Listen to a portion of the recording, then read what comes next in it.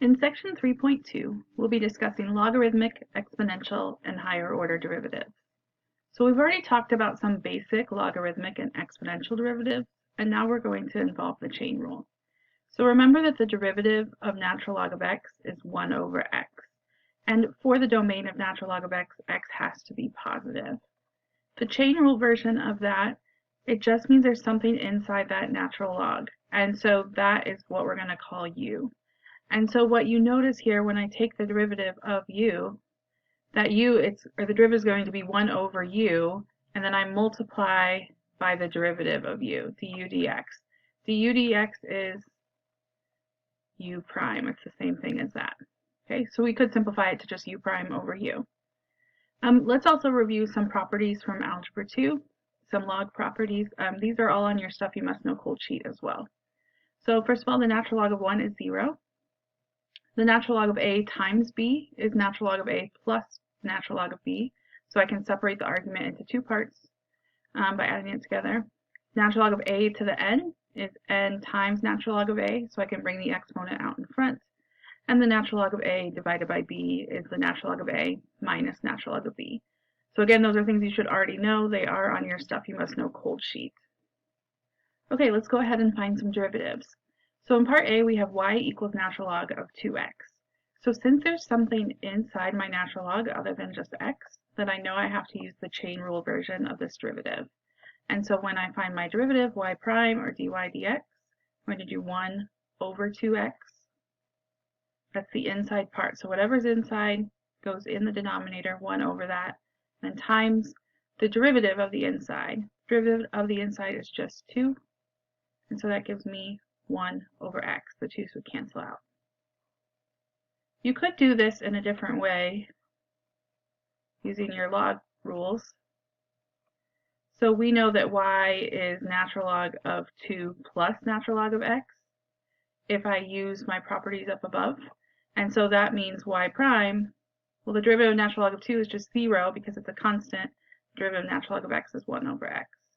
So I get the same answer either way. It's just up to you if you want to use the log rules or not in that case. For part B, we have y equals natural log of x squared plus 1. And so this we could not separate with log rules. We can only separate if there's multiplication or division inside the argument of the logarithm. And so this case we have a sum, so we can't separate it. We will have to go straight to just using the chain rule. So again, whatever's inside will be in the denominator. So 1 over x squared plus 1. And then I multiply by the derivative of x squared plus 1, which is 2x. And that simplifies to 2x over x squared plus 1. If you want, you can go straight to that step. So this is really just u prime over u, which is what's up above. I like to do it as a two-part process just so I can emphasize that I'm using chain rule. But either way is okay, but that would be our answer. In part C, we have x times natural log of sine of x. And so we actually have to use product rule here because there's a multiplication between these two parts, x and the natural log. So my first part is x. My second function is natural log of sine of x.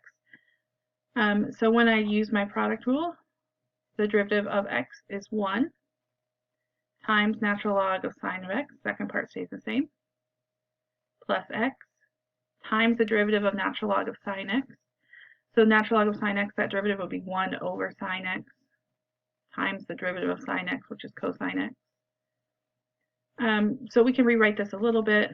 Natural log of sine x plus cosine over sine is cotangent, so I could just write this as x cotangent x. That's my answer. For part D, we have y equals natural log of x all to the third. Now you might be tempted to use those log rules, but that log rule up above for exponents only works if the 3 were on the x. Here I'm actually just cubing all of the natural log, not just the x. So I have to use chain rule here. So the derivative of my outside function is 3 something squared. That inside function is natural log of x times the derivative of natural log of x, which is 1 over x. I could rewrite this a little bit. There's not really much to do. 3 natural log of x squared all over x. We cannot simplify that anymore. That will be our final answer. Whoa, look at e. That looks like a lot. Doing too much. If I try to take the derivative directly, I would have the log rule, I'd have chain rule, I'd have product rule, I'd have quotient rule, all of these rules at once. We don't want to have to do that. So we want to use our logarithm rules from up above. So remember back in Algebra 2 and pre-calc where you expanded logarithms. So that's what we're going to do here.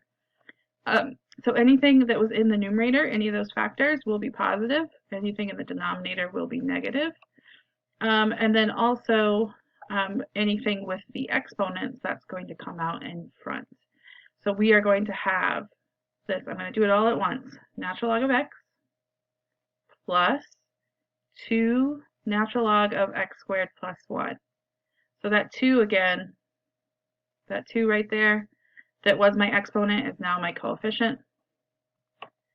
Now for this part, since the next part is in the denominator, I'm going to subtract.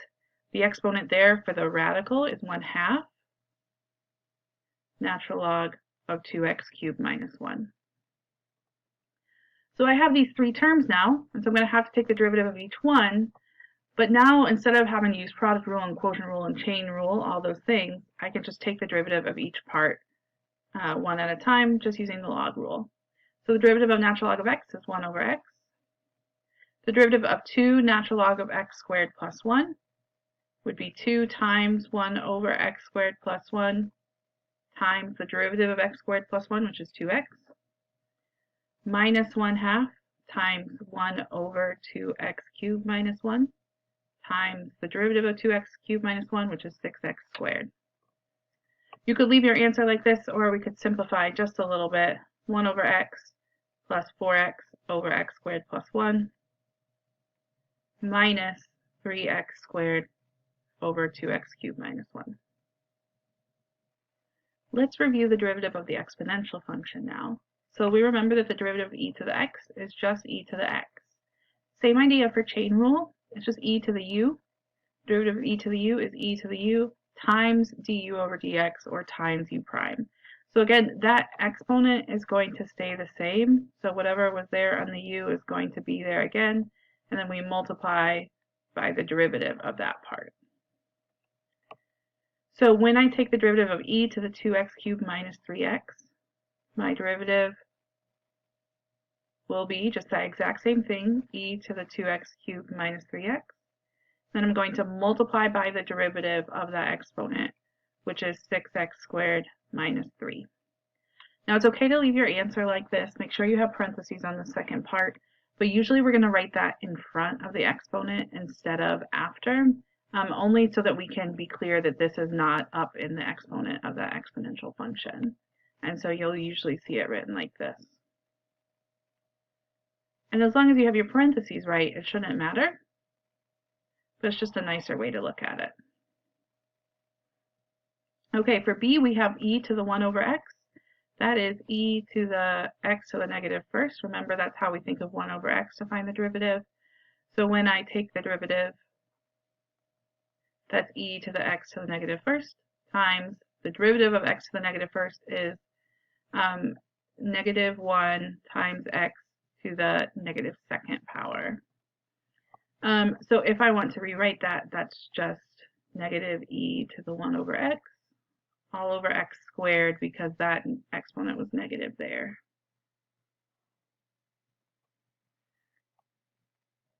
So sometimes, but not very often, you will see functions that have bases other than e that you need to find the derivative of.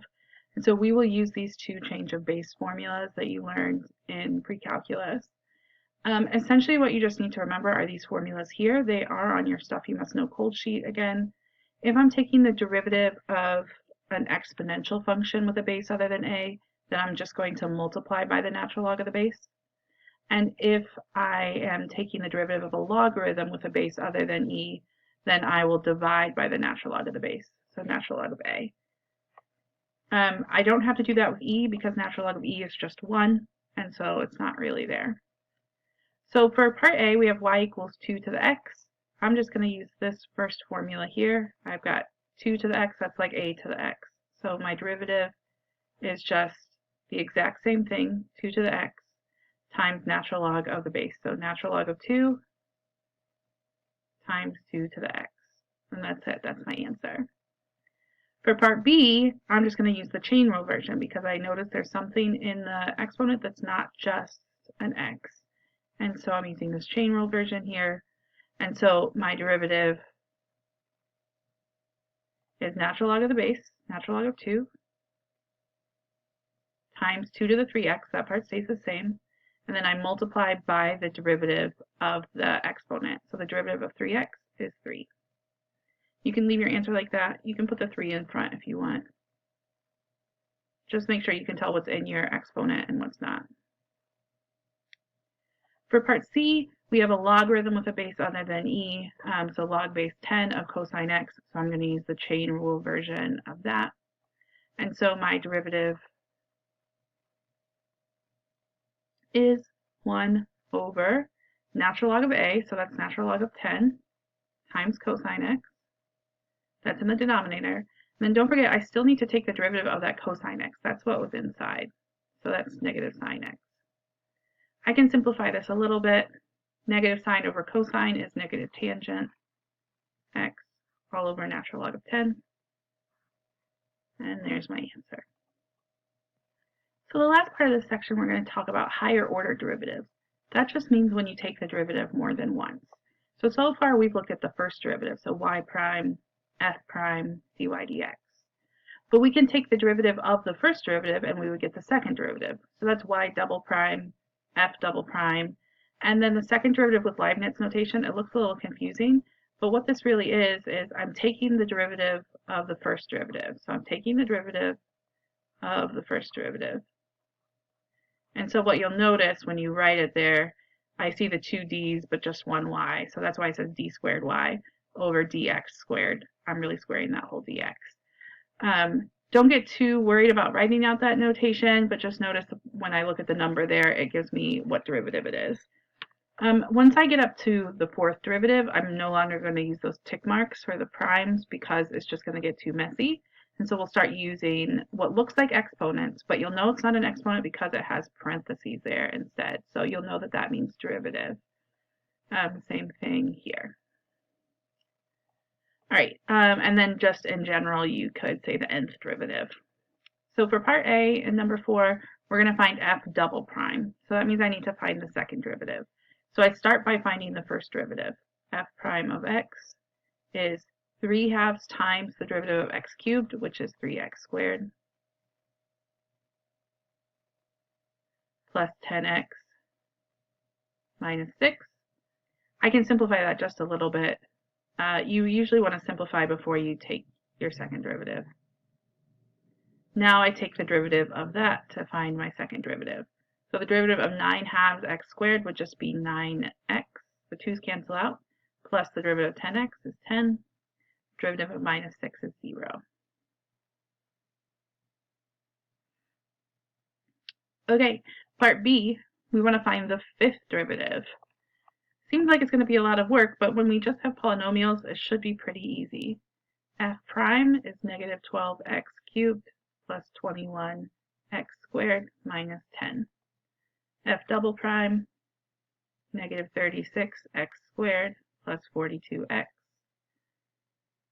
So already I have like one less term here, so this is making it easier. Third derivative, got negative 72x plus 42. All right, fourth derivative, this is where I start using those parentheses notation. That's a 4, not a 9. Oops, I'm just going to rewrite that.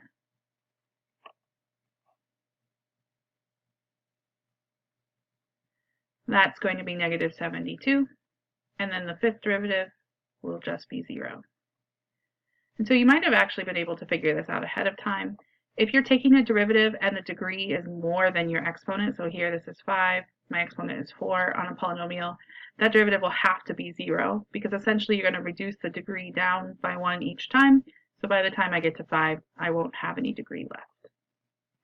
So higher order derivatives with polynomials are pretty easy, but if you have trig functions or exponentials, it gets a little bit more complex. So what C is asking me for is the 447th derivative, which seems like I'm asking you for a lot, especially in this amount of space. So what you're going to do with this is actually just try to find a pattern. And so if we find our first derivative of sine of x, that's just cosine x. Then let's find our second derivative.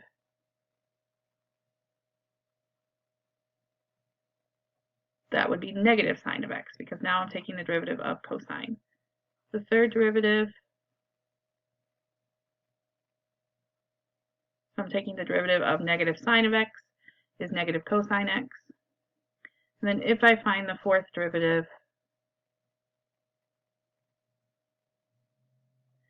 the derivative of negative cosine x would be positive sine x.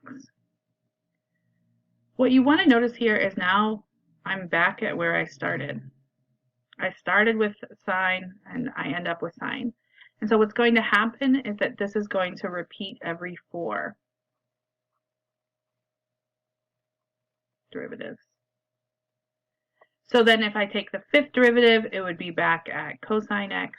The sixth derivative would be negative sine x. Seventh would be negative cosine x. The eighth would be sine x. I'd be back at it.